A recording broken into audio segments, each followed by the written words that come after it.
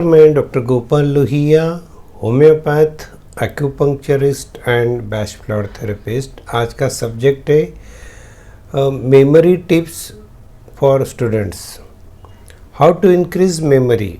जो भी पढ़ते हैं स्टूडेंट्स उसे ध्यान में कैसे रखा जाए। कई पेरेंट्स मेरे पास आते हैं और बोलते हैं डॉक्टर साहब ये थोड़ा इसका दिमाग कम है, दिमाग बढ़ाइए इसका थोड़ा, या फिर ये पढ़ने में बहुत कमज़ोर है, या इसे कुछ आता नहीं, इसका रिज़ल्ट नहीं आता है।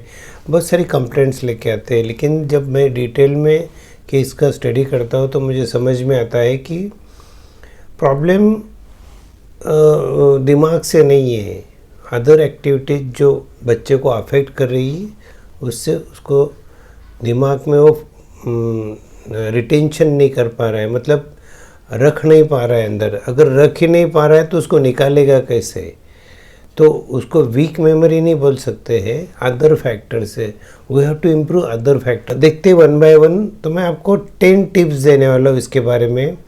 फर्स्ट है कि अपने बच्चे को समझाइए या आप उसे काउंसलिंग कराइए कि गिव योर 100%।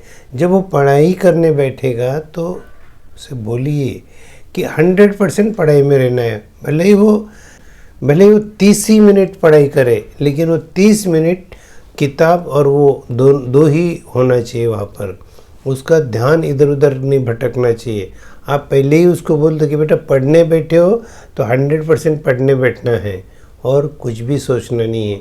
और अगर स्टूडेंट देख रहे हैं वीडियो मेरा, तो आपको सोच लेना चाहिए पहले पढ़ाई के पहले कि नो डिस्ट्रैक्शंस। अब मैं सिर्फ 100% मेरा दूंगा।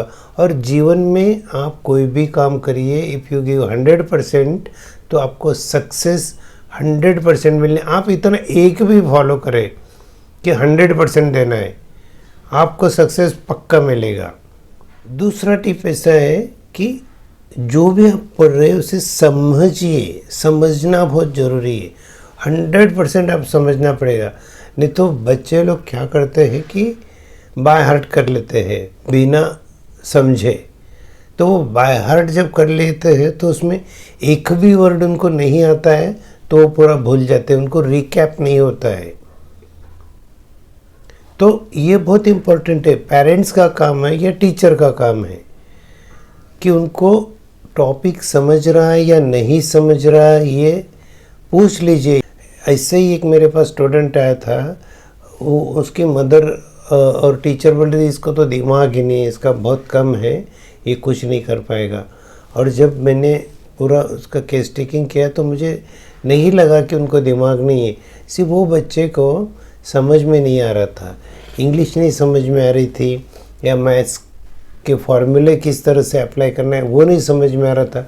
तो फिर सिर्फ मैंने उनको बोला कि you just focus on this area. पहले उसको शांति से समझाइए। हम लोग क्या करते हैं पेरेंट्स, जल्दी से गुस्सा आ जाता है और एक रख देते हैं या डराते धमकाते हैं, तो वो डर के मारे भी पूरा भूल जाते हैं। तो ये सब चीज़ नहीं करना है।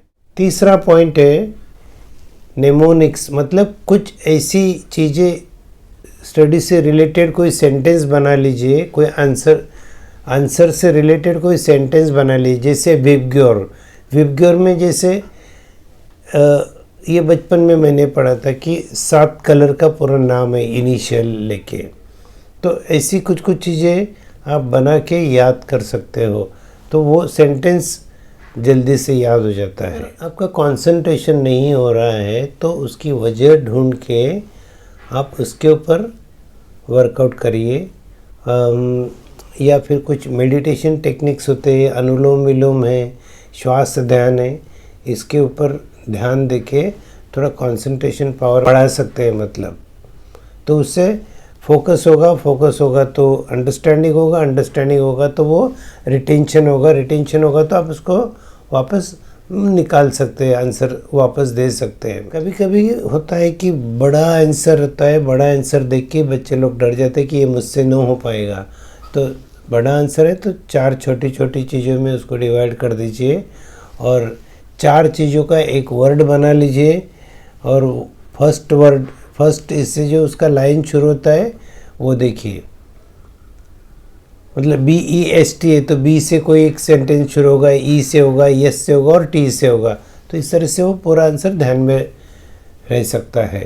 तो ये मेमोरी तो आपकी उतनी ही है, सिर्फ आप कुछ और करके रिटेंशन बराबर, मतलब वो जो आंसर है उसे सेव कर रहे हो बराबर से ब्रेन में, तो बराबर से सेव होना चाहिए ब्रेन में, तो वो वापस रीजनरेट कर सकते हैं। नेक्स्ट पॉइंट में ये है कि डिसिप्लिन होना चाहिए आपके हर चीज़ में। आज आपने पढ़ाई कर ली 2 घंटे, फिर 2 दिन पढ़ाई नहीं की, फिर एक दिन आधा घंटा किया, फिर एक दिन 1 घंटा किया, इसको कोई मतलब नहीं है, आपको कुछ नहीं आने वाला है। आपको डिसिप्लिन चाहिए। आपके पास रोज़ अगर 3 घंटे पढ़ाई के, तो एटलीस्ट उसमें कि 2 घंटे आपको समय पे पढ़ाई के टेबल पे जाके बैठना है और पढ़ाई करना है। रोज़ करना है, रोज़ करना है। क्या आज मेरा मन नहीं कर रहा, आज ये नहीं कर रहा, आज वो नहीं कर रहा, आज मूवी देखेंगे, सिर्फ आप स्टूडेंट हो और आपका जो काम है वो आपको करना ही है। कई बच्चों को एग्ज़ाम के पहले अननेसेसरी स्ट्रेस आ जाता है कि मैं पास होऊंगा क्या, मुझे जितने मार्क्स चाहिए उतने मिलेंगे क्या, मुझे याद आएगा क्या, अगर मैं फ़ेल हो गया तो मम्मी पापा मुझे डांटेंगे क्या, या बहुत सारे स्ट्रेस रहते हैं। तो you come out of all the stresses. आपका काम क्या है, पढ़ाई करो और आंसर लिखो confidently and forget other things. जो होना है वो होगा, आप सिर्फ आपका 100% देके लिख के आ जाओ, या अगर कोई आंसर मतलब बताना है, ओरल है तो बोल के आ जाइए। Don't think about the consequences. फिर टाइम मैनेजमेंट, ये बहुत बड़ी चीज़ है। बहुत सारे पेरेंट्स क्या करते हैं, स्कूल का टाइमिंग, बच्चा घर पे आता है और वापस उसको ट्यूशन, मतलब 12 बजे स्कूल में गया, 6 बजे स्कूल से आया, वापस 7 बजे ट्यूशन को गया, 9:30 बजे ट्यूशन से आया, दूसरे दिन सुबह वापस हो 7 साढ़े 7 बजे उसको ट्यूशन भेज देते हैं, 10 बजे घर पे आता है। फिर उसे सेल्फ स्टडी का कोई समय ही नहीं मिल रहा है, तो वो शांति से कुछ पढ़ाई नहीं कर सकता है। ये एक बात हो गई। दूसरा, सोशल मीडिया, बच्चों को उतना ही फ़ोन दीजिए कि जितना उनको इसेंशियल है, जितना उनको ज़रूरी है।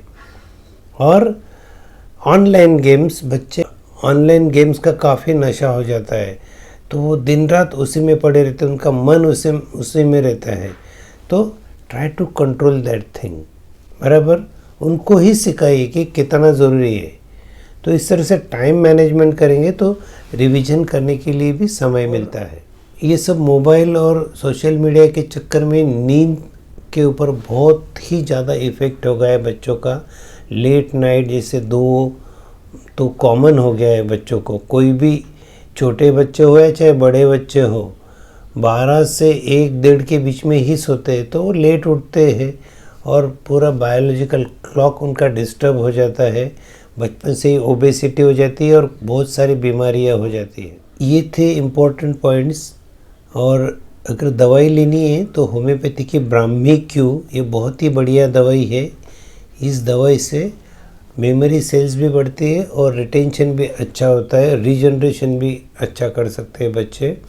और इसके 10-10 बूंद दिन में 3 बार दे सकते हो। अगर ये मदर टिंचर फॉर्म में आपको सूट नहीं हो रहा है तो 30 पावर की ब्राह्मी आप ले आइए और उसके 2-2 बूंद दिन में 3 बार शुरू रखिए।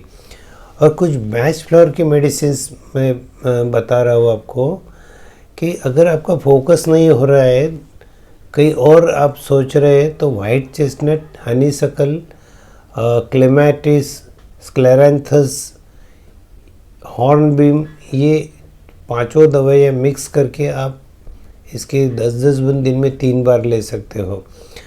और इसके साथ ही थोड़ा खाने में बादाम, अखरोट रोज़ 2-2 पीस देना चाहिए। प्लस इनके जो जंक फूड है, पिज़्ज़ा, बर्गर, ये बहुत ही मिनिमम करिए, बहुत ही मिनिमम। जंक फूड नहीं के बराबर कर दीजिए।